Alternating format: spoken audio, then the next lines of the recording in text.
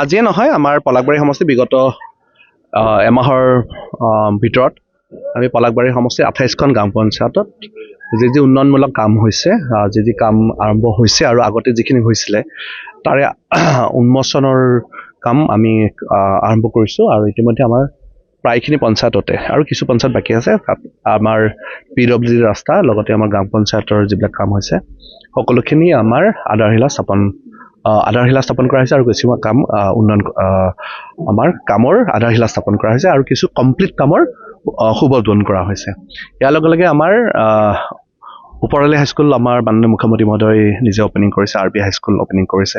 ইয়াৰ পৰা আমি পলাকবাৰী বইজ আৰু ৰামপুৰ বইজৰো আমি 2 দিনতে আধাৰশিলা স্থাপন কৰিম। আৰু এজি হ'ল আমি মাননীয় মুখ্যমন্ত্ৰী মহোদয়ৰ পৃষ্ঠপোষকতাত পলাকবাৰী সমষ্টিয়ে যথেষ্টখিনি কাম পাবলৈ সক্ষম হৈছোঁ আৰু আগন্তুক দিনবিলাকত আশা কৰিছোঁ মাননীয় মুখ্যমন্ত্ৰীৰ পৃষ্ঠপোষকতাত পলাকবাৰী সমষ্টিত যথেষ্টখিনি কাম আৰু পাবলৈ সক্ষম হ'ব।